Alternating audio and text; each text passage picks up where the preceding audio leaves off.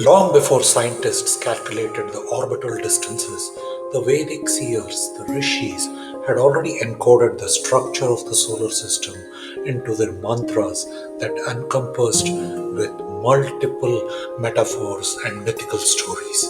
Today we'll explore how a modern scientific theory known as Bode's law or the Titius Bode law astonishingly aligns with the planetary framework of Vedic literature and how the concept of Rahu and Ketu, the shadow planets, fits elegantly between the major celestial orbits.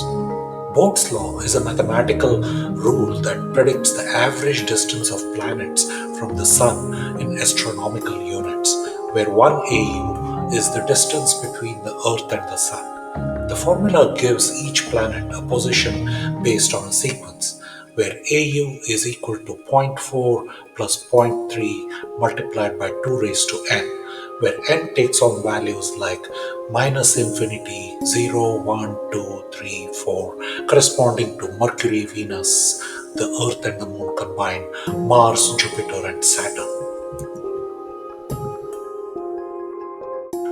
Planetary order is not only astronomical but also energetic, rooted in the Graha Tattva and positioned based on chakra systems, nakshatras, and Siddhanta geometry.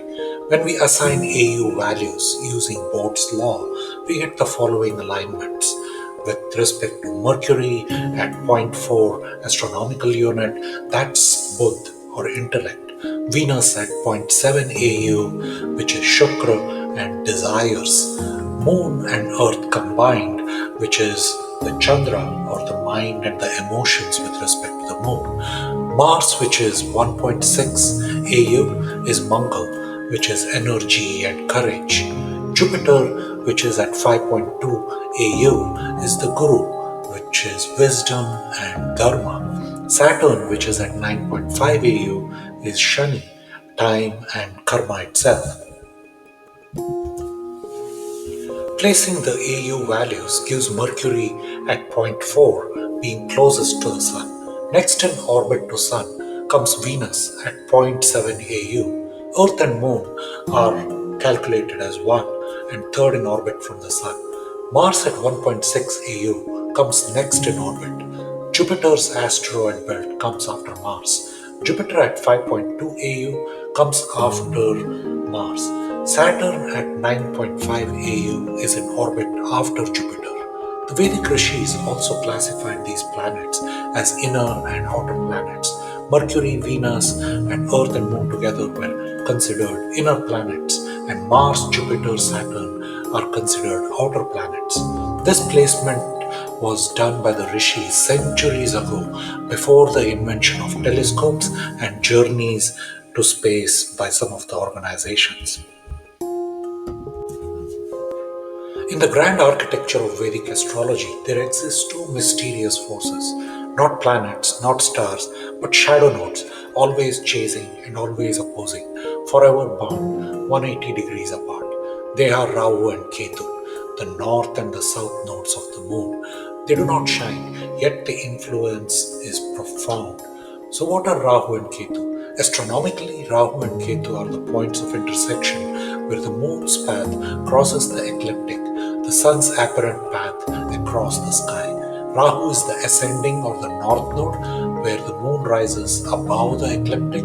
Ketu is the descending or the south node, where it descends below. These 2 points always set 180 degrees apart in every birth chart, symbolizing a tension between worldly desire and spiritual release.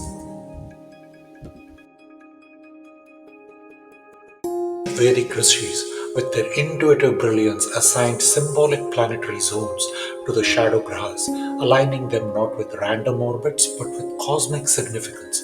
Rahu was placed between Mars and Jupiter, positioned near the Jupiter's asteroid belt, symbolizes insatiable desires, obsessions, ambition, material craving, acts as the cosmic disruptor and innovator, like a head with no body, always consuming, never fulfilled. By placing Rahu between Mars, which is impulse, and Jupiter, which is wisdom, the rishis showed us that Rahu represents unchecked ambition that reaches beyond its boundaries, but still seeks meaning.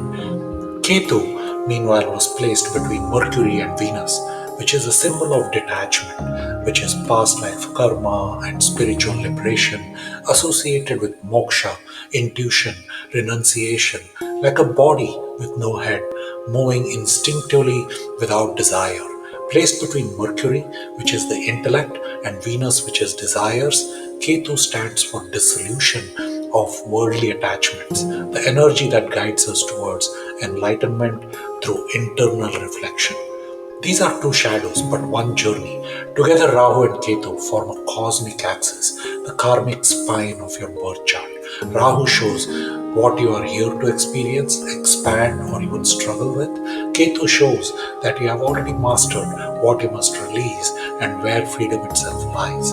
They are not enemies, they are guides, one pulling you into the world, the other drawing you inward. Rahu and Ketu are not just shadows, they are reflections of the deepest hunger and highest liberation. And their dance in the chart reveals the unseen forces guiding the evolution. And these are literally responsible for the rebirth and the karmic settlements that happen life after life.